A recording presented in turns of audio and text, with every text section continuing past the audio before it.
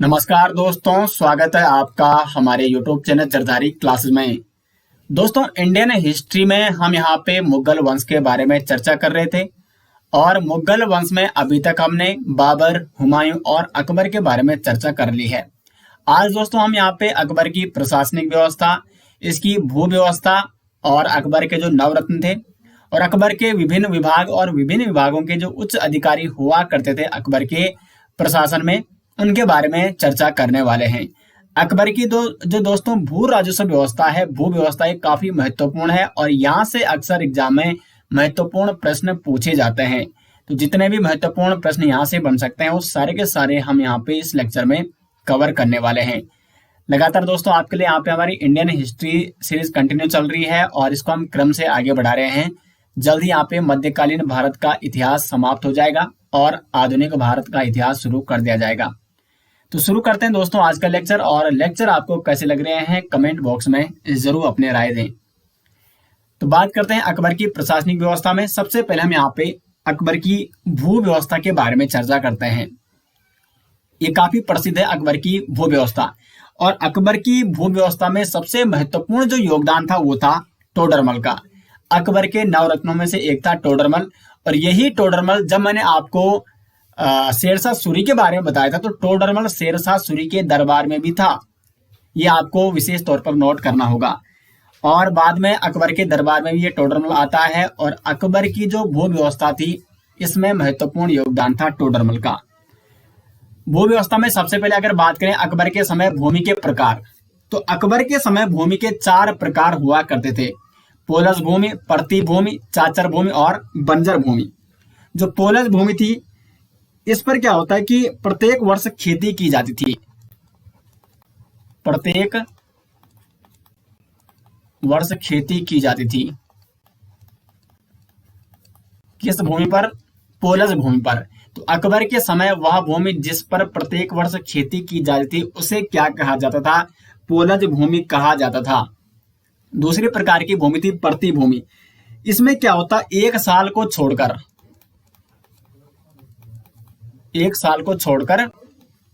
खेती की जाती थी।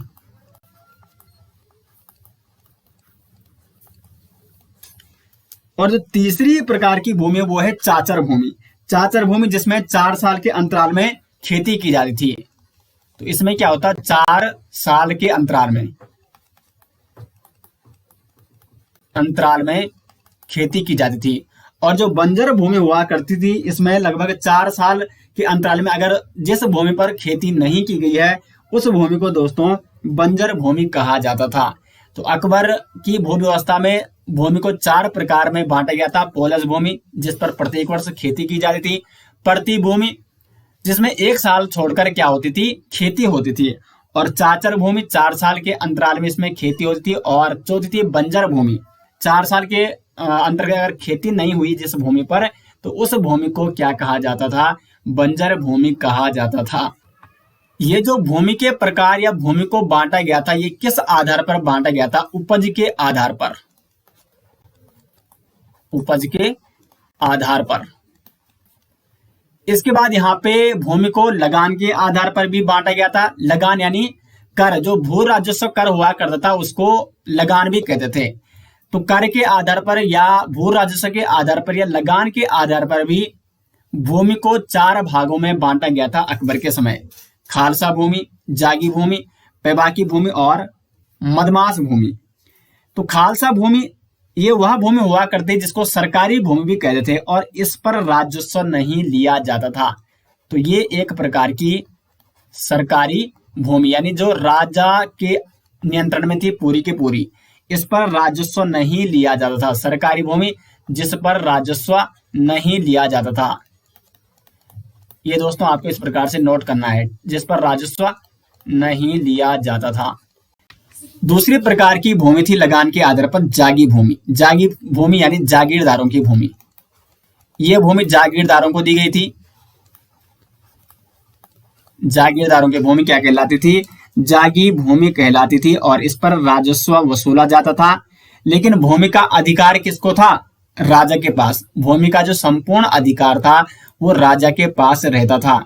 सिर्फ काश्तकार करने के लिए या कार्य करने के लिए जागीरदारों को ये भूमि प्रदान की गई थी और इस पर भी राजस्व वसूला जाता था। केवल खालसा भूमि ऐसी है जिस पर राजस्व नहीं वसूला जाता था क्योंकि वो सरकारी भूमि थी। तीसरे प्रकार की भूमि थी पैबाकी भूमि। इसमें किसी जागीर को यदि जागीर भूमि से राजस्व की कमी होती थी तो उसकी क्षतिपूर्ण हेतु जो भूमि दी जाती थी उसे पैबाकी भूमि कहा जाता था। माना कोई जागीरदार है और उसकी जो जागीर भूमि है जो उसको दी गई है वहां पे फसल कम हुई है, उसको नुकसान झेलना पड़ा, तो उसकी भरपाई के लिए, उसकी क्षति को पूरा करने के लिए उसे कुछ अन्य भूमि दी जाती कुछ समय के लिए, जिस भूमि को क्या कहा जाता था, पैबाकी भूमि कहा जाता था। और उससे देखो राज्य को क्या फायदा होता था, राजा इस भूमि को क्यों देता था जागीरदारों को, क्योंकि राजा को उससे क्या मिल रहा है, राजस्व मिल रहा है, लगान मिल रहा है। तो इसलिए पैबाकी भूमि जब जागीरदारों को या जागीरदारों की क्षति हुई है या जो उनकी उपज है वो कम हुई है तो इस उपज को या इस क्षति को पूरा करने के लिए उन्हें पैबाकी भूमि को दिया जाता था। और चौथे प्रकार की जो भूमि थी दोस्तों वो थी मदमास भूमि। ये दान में गरीबों को दी जाने वाली भूमि। गरीबों को दी जाने वाली भूमि क्या कहलाती थी दोस्तों, मदमास भूमि कहलाती थी। तो लगान के आधार पर चार प्रकार की भूमि, खालसा भूमि, जागीर भूमि, पैबाकी भूमि और मदमास भूमि। अब आगे बढ़ते हैं दोस्तों और बात करते हैं कि अकबर के समय कर प्रणाली किस प्रकार की थी। जो भू राजस्व वसूला जाता था, जो भूमि पर लगान वसूला जाता था, वो कितने प्रकार से वसूला जाता था, वो जो कर प्रणाली थी वो किस प्रकार की थी अकबर के शासन काल में। तो चार प्रकार की भूमि कर प्रणाली थी अकबर के समय। और यहां से महत्वपूर्ण प्रश्न दोस्तों एग्जाम में पूछे जाते हैं। जब्ती कर प्रणाली, इसको टोडरमली व्यवस्था भी कहते हैं। उसके बाद है कनकूद प्रणाली, अभी इनके बारे में आपको डिटेल्स में चर्चा करते हैं, कनकूद प्रणाली। और फिर तीसरी है आयने दहसाला प्रणाली। प्रत्येक 10 साल में 10 साल के भूमि का प्रबंधन किया जाता था और 10 साल के आधार पर औसत उपज निकाली जाती थी और उस औसत उपज के आधार पर कर वसूला जाता था, जिसे आयने दहसाला कर प्रणाली कहा गया। और चौथी थी गल्ला बख्शी प्रणाली। ये सबसे पुरानी और सबसे प्रचलित प्रणाली थी। अब एक एक करके हम इनके बारे में चर्चा करते हैं। जब्ती कर प्रणाली, इसमें भूमि या जो पैमाइश होती थी, भूमि की पैमाइश, उसके आधार पर कर लिया जाता था। भूमि के पैमाइश के आधार पर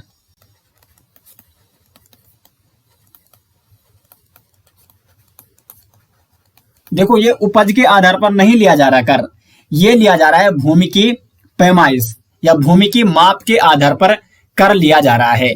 तो अकबर के शासन काल की वह प्रणाली, वह कर प्रणाली जिसमें भूमि की माप या भूमि की पैमाइश के आधार पर कर लिया जाता था, तो उस कर प्रणाली को कहा जाता था जब्ती कर प्रणाली। माने यहाँ पे देखो मैं एग्जाम्पल आपको बता रहा हूं, ये यहाँ पे खेत, इसकी माप अभी कितनी है, ये खेत जो है ये है लगभग 2 किलोमीटर लंबा चौड़ा, ठीक है, मतलब ये एक वर्गाकार है, 2 किलोमीटर लंबा भी है चौड़ा भी है। और एक खेत है यहाँ पे 1 किलोमीटर लंबा चौड़ा। तो इसमें ये नहीं देखा जा रहा कि उपज कितनी हो रही है, इसमें भूमि की पैमाइश या भूमि को मापा गया है और उस आधार पर कर का निर्धारण किया गया है। और ये व्यवस्था किसने चलाई थी, इसमें टोडरमल की महत्वपूर्ण भूमिका थी। तो इस व्यवस्था को टोडरमली व्यवस्था भी कहा जाता है। तो किस भूमि कर प्रणाली व्यवस्था को टोडरमली व्यवस्था के नाम से जाना जाता है, जब्ती कर प्रणाली को। इसमें बांस के डंडों में लोहे के छल्ले लगाकर भूमि को नापा जाता था।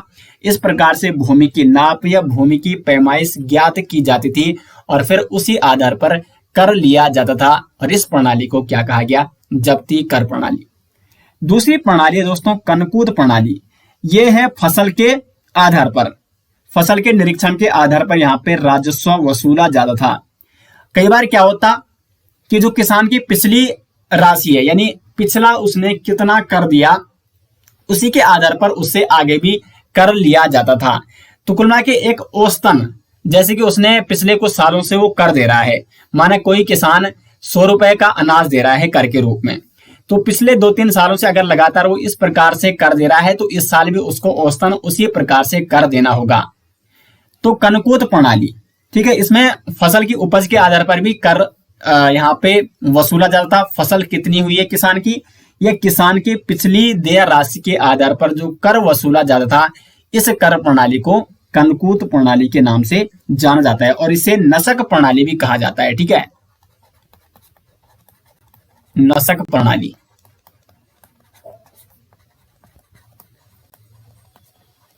कहा जाता है महत्वपूर्ण है दोस्तों, नसक प्रणाली किस भू प्रणाली को कहा जाता है, तो वो है कनकूत प्रणाली, यह है नसक प्रणाली।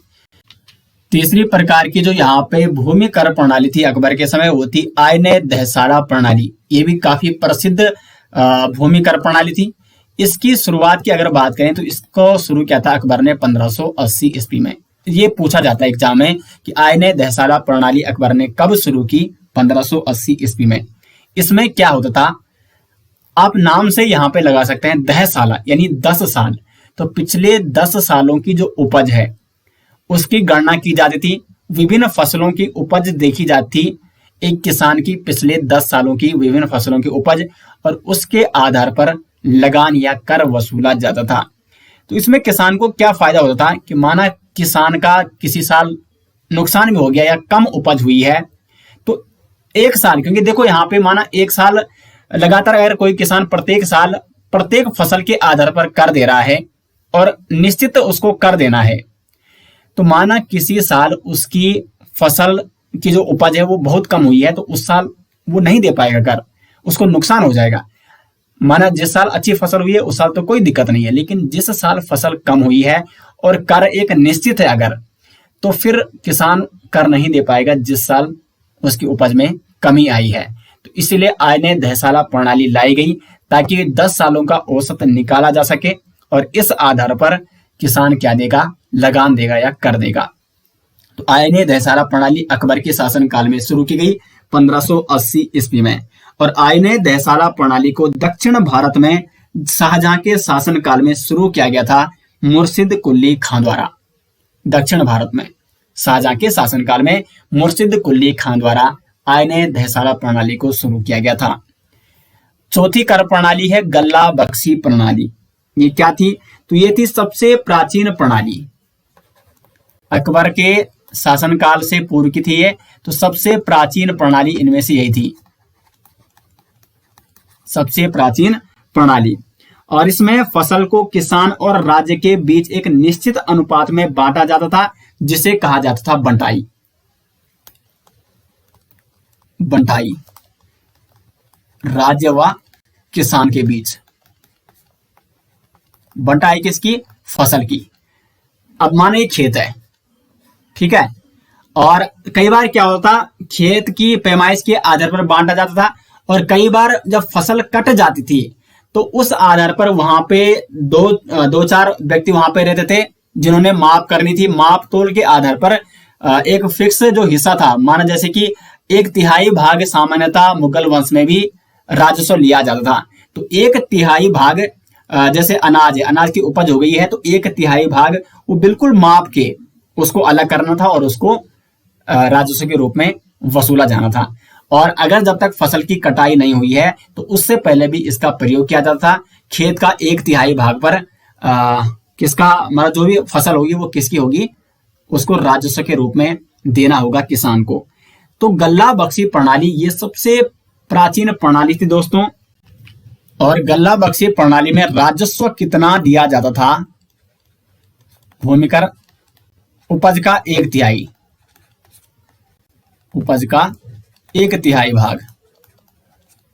अब ये महत्वपूर्ण प्रश्न भी बन सकता है एग्जाम में कि अकबर के समय जो भू राजस्व था वो कितना था, तो उपज का 1/3 भाग। ये आपको नोट करना है। तो चार प्रकार की भूमि कर प्रणाली थी अकबर के समय, जब्ती कर प्रणाली, कनकूत प्रणाली, आयने दहसाला प्रणाली और गल्ला बख्शी प्रणाली। उसके बाद अगर बात करें मुगल काल में किसान कितने प्रकार के हुआ करते थे, तो 3 प्रकार के किसान थे मुगल काल में, पाही कास्त, खुद कास्त और मुजारे। पाही कास्त वे किसान होते थे जो अपनी जमीन पर खेती करते थे, लेकिन उनकी जो जमीन होती थी वो अपने गांव में नहीं बल्कि दूरज गांव में होती थी। अपनी जमीन पर खेती करने हेतु उन्हें दूसरे गांव में जाना पड़ता था, तो इन्हें कहा जाता था पाही कास्त। दूसरे प्रकार के जो किसान थे वो थे खुद कास्त, यानी यह स्वयं अपनी जमीन पर अपने गांव में ही खेती करते थे। और तीसरे थे मुजारे, ये मालिकों या कास्त किसानों की जमीन पर खेती करने वाले थे। इनके पास स्वयं की भूमि नहीं होती थी, तो जो भूमि के मालिक थे, भू मालिक थे या जो कास्त किसान थे, उनके साथ ये काम करते थे, खेती करते थे उनके खेतों में, तो इन किसानों को मुजारे कहा जाता था। तो ये 3 प्रकार के किसान थे मुगल काल में। अब एक और महत्वपूर्ण प्रश्न बन सकता है कि मुगल काल में अकबर के समय भूमि माप तोल हेतु कौन सी पद्धति का प्रयोग किया जाता था, तो वो था इलाही गज। कौन सी माप का प्रयोग किया जाता था? इलाही गज का प्रयोग। और इलाही गज की जो लंबाई थी, मतलब जो माप थी, वो थी 4 अंगुल। 4 अंगुल बराबर 1 इलाही गज, या आप कह सकते हैं 33 इंच। तो ये थी यहाँ पे माप प्रणाली अकबर के समय। महत्वपूर्ण प्रश्न दोस्तों इस प्रकार से एग्जाम में पूछा जाता है। इलाही गज प्रणाली किसके शासनकाल की है, तो वो है अकबर के शासनकाल की।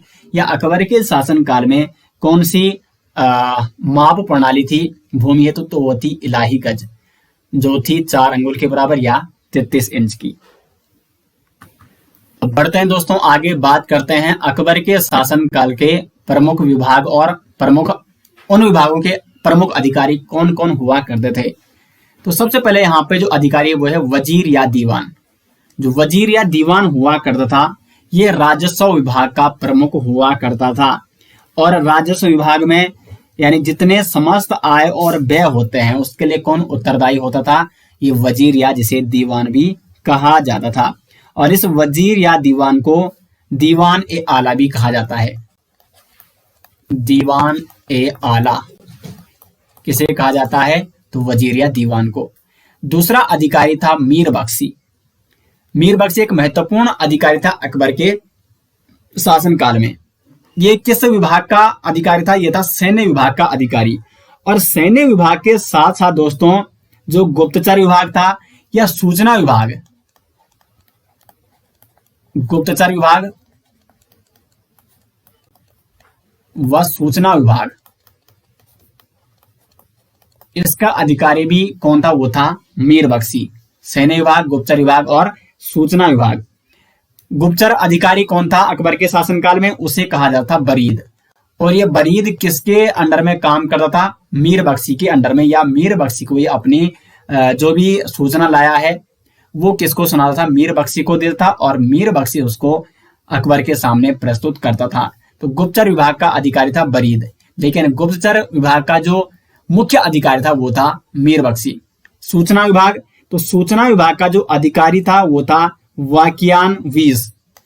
वाकियान वीस, वाकियान वीस ये भी क्या करता? जो भी सूचना लाता था वो मीर बख्शी को देता, और मीर बख्शी उसको राजा यानी अकबर तक पहुंचाता था। तो मीर बख्शी एक महत्वपूर्ण और विश्वसनीय अधिकारी होता था अकबर का। फिर नेक्स्ट अधिकारी है मीर सामा। मीर सामा ये शाही घराने का प्रबंधक हुआ करता था, यानी शाही घराने में जो भी प्रबंधन करने थे। और इस शाही घराने के प्रबंधन में एक सबसे महत्वपूर्ण प्रबंधन होता था जो हरम दल की स्त्रियां हुआ करती थी अकबर के समय। उनके उपयोग की जो भी वस्तुएं थी उनको कौन वहां पे उनकी आपूर्ति कौन कराता था? तो ये मीर सामा कराता था। तो ये बादशाह के पूर्ण विश्वास पत्र जो लोग हुआ करते थे वही मीर सामा नियुक्त किए जाते थे, क्योंकि शाही घराने का पूर्ण रूप से प्रबंधन करना था इस व्यक्ति ने। तो मीर सामा वही व्यक्ति चुना जाता था जो शाही दरबार का या जो राजा का विश्वसनीय पात्र होगा। तो मीर सामा का कार्य क्या था? शाही घराने का प्रबंधन। और नेक्स्ट है आला काजी। तो ये न्याय विभाग का प्रमुख हुआ करता था आला काजी, और इसका एक सहायक भी हुआ करता था। उसको कहा जाता मुफ्ती। मुफ्ती आला काजी का सहायक हुआ करता था, लेकिन आला काजी ये न्याय विभाग का प्रमुख हुआ करता था। उसके बाद अगर अकबर के शासनकाल के सिक्कों की बात की जाए तो अकबर के शासनकाल के जो सिक्के हैं दोस्तों, इसने 2 महत्वपूर्ण सिक्के चलाए, 2 नहीं 3, ठीक है। तो इलाही जो इसका सिक्का है वो सोने का सिक्का है, जिसका मूल्य 10 रुपए के बराबर था। जलाली सिक्का इसका चांदी का सिक्का हुआ करता, और जो दाम था वो था तांबे का सिक्का। तो अकबर का इलाही सिक्का था सोने का, जलाली सिक्का था चांदी का सिक्का, और जो तांबे का सिक्का इसने चलाया उसे दाम कहा जाता था। और अगर बात की जाए जो रेशियो था रुपये का और दाम का, वो था 1:40, 1:40, जबकि शेरशाह सूरी के समय रुपये और दाम का जो रेशियो था वो था 1:64, जबकि अकबर के समय दाम का और रुपये का जो औसत है दोस्तों वो है 1:40। और एक और महत्वपूर्ण कार्य यह था, सिक्कों से संबंधित अकबर ने राम व सीता प्रकार के सिक्के भी चलाए थे। राम और सिया के नाम से सिक्के चलाने वाला एकमात्र मुगल शासक था दोस्तों अकबर। तो ये भी एक महत्वपूर्ण प्रश्न एग्जाम में पूछा जाता है। उसके बाद इसके सैन्य प्रशासन की अगर बात करें तो अकबर ने एक महत्वपूर्ण यहाँ पे प्रथा चलाई थी सैन्य प्रशासन में, और वो थी दोस्तों मनसबदारी प्रथा। तो मनसबदारी प्रथा चलाने वाला मुगल शासक कौन था? अकबर था। मनसबदारी प्रथा में क्या होता, जो प्रत्येक इसका एक मुख्य अधिकारी होता था, जैसे मान सिंह वो एक मनसबदार था, तो प्रत्येक अधिकारी को एक मनसब प्रदान किया जाता था। लेकिन मनसबों की संख्या भी अलग अलग होती, जो मनसब प्रदान किया जाना था अधिकारी को, उनकी संख्या अलग होती थी। सबसे कम मनसब 10 मनसब वाला अधिकारी होता था, वो सबसे मतलब वो छोटा सा मनसब अधिकारी था। और सबसे बड़ा जो मनसब अधिकारी होता था जिसके पास लगभग 7,000 मनसब दिए जाते थे। तो उच्चतम जो मनसब थे अकबर के शासन में वो थे मान सिंह और मिर्जा अजीज कोका। उच्चतम मनसब जो मनसब हैं वो है, एक तो मान सिंह है और एक है मिर्जा अजीज कोका। ये उच्चतम क्यों है? क्योंकि इनके पास 7,000 मनसब थे, इन दोनों के पास 7,000 मनसब। तो दो सबसे उच्च अधिकारी आप कह सकते हैं, या उच्चतम मनसबदार जो थे अकबर के, वो थे राजा मानसिंह और मिर्जा अजीज कोका, क्योंकि इनके पास 7,000 मनसब थे। मनसबदार का कार्य क्या रहता? तो देखो, मनसबदार सेना जो होती थी या जो घोड़े होती थी, ये कौन रखता था? मनसबदार रखता था। प्रत्येक मनसबदार की अपनी एक अलग सेना और अपने अलग घोड़े होते थे, और इन सेनाओं और घोड़ों के वेतन की जिम्मेदारी भी किसकी होती थी? मनसबदार की होती थी। अब उसके पास ये पैसा कहां से आएगा? तो फिर राजा क्या करता था, उसको एक बहुत बड़ा क्षेत्र दे देता था जहां से वो राजस्व की वसूली करेगा। तो वहां से राजस्व की वसूली करके वो सेना और घोड़ों का खर्चा निकालता था और सेना को वेतन देता था। तो सेना की पूर्ण रूप से जो जिम्मेदारी होती थी वो मनसबदार की होती थी।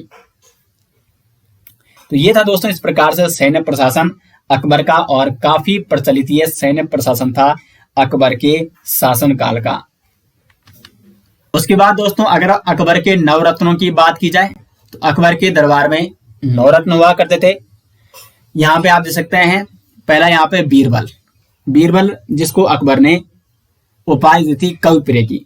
और बीरबल का जो बचपन का नाम था वो क्या था? वो था महेश दास किसके बचपन का नाम था?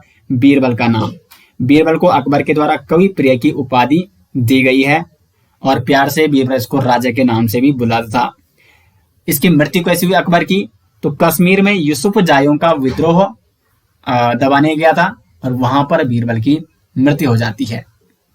दूसरा था तानसेन को अकबर के द्वारा कंठ भरणवासी विलास की उपाधि दी गई है।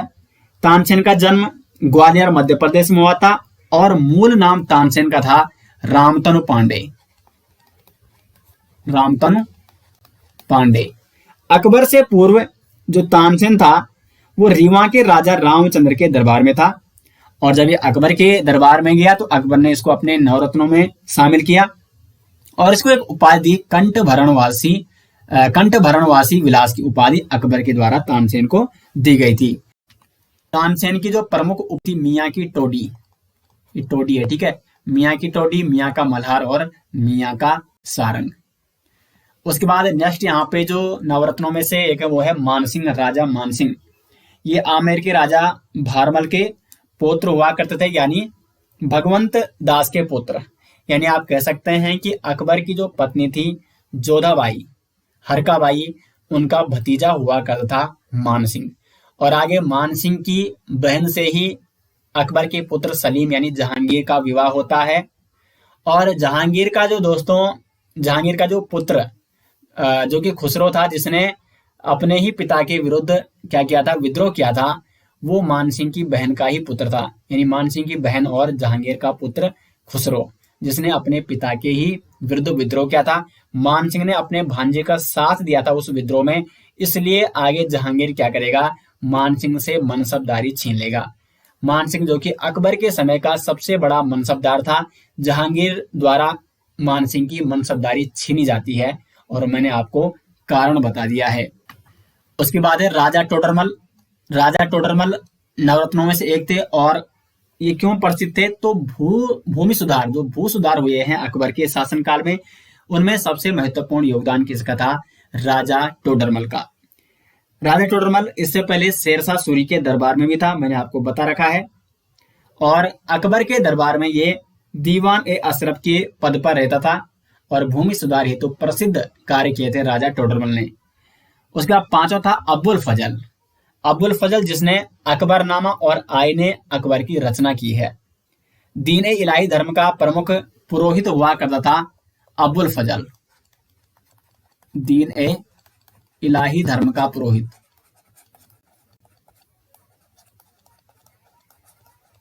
और इसने अकबरनामा और आईने अकबर की रचना फारसी में की है।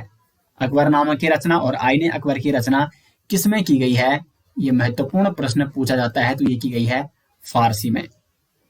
और अब्बुल फजल की हत्या किसके द्वारा की गई, तो वो की गई जहांगीर के कहने पर वीर सिंह बुंदेल द्वारा। 1602 में इसकी हत्या हो जाती है, जिससे अकबर हताहत भी हो जाता है।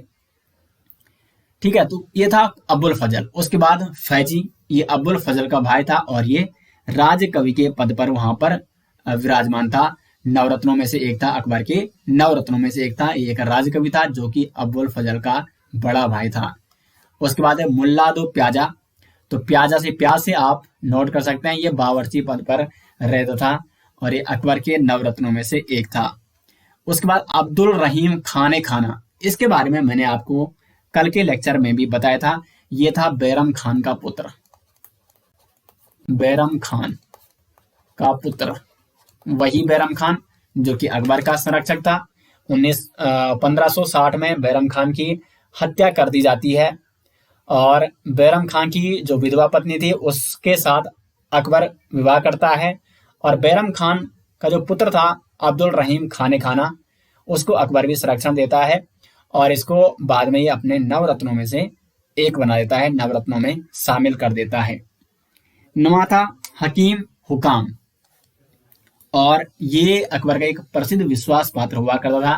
तो ये 9 रत्न, जिन्हें नवरत्न कहा जाता है अकबर के, तो सभी के बारे में दोस्तों मैंने आपको डिटेल्स में बता दिया है। अकबर के दरबार में 2 चित्रकार भी हुआ करते थे। महत्वपूर्ण प्रश्न पूछा जाता है, दसवंत एवं बसावन। दसवंत एवं बसावन, ये 2 प्रमुख चित्रकार थे अकबर के राज्य दरबार में। तो अकबर के बारे में दोस्तों जितने भी महत्वपूर्ण फैक्ट्स थे वो मैंने आपको डिटेल्स में बता दिए हैं। और अकबर के बारे में हमने 2 लेक्चर में चर्चा की। प्रथम लेक्चर में मैंने आपको अकबर किस प्रकार से शासक बनता है, उसके प्रारंभिक इतिहास के बारे में, और उसने जो महत्वपूर्ण निर्माण कार्य किए, कुछ प्रमुख सुधार जो उसने किए, और साथ ही साथ प्रमुख अभियान, विजय अभियान जो थे अकबर के, वो हमने चर्चा की। और आज के लेक्चर में हमने इसके भूमि सुधारों के बारे में, इसकी जो कर प्रणाली थी, और नवरत्न हो गए अकबर के, और साथ ही साथ सैन्य व्यवस्था किस प्रकार की थी अकबर की, इसके बारे में हमने चर्चा की। उम्मीद करते हैं यहाँ पे कि अकबर के बारे में जितने भी महत्वपूर्ण प्रश्न अब एग्जाम में पूछे जा सकते हैं वो सारे के सारे आप कवर कर दोगे और उनको सही करके आओगे, यहाँ से जितने भी प्रश्न पूछे जा सकते हैं। तो मिलते हैं दोस्तों नेक्स्ट वीडियो, तब तक के लिए धन्यवाद।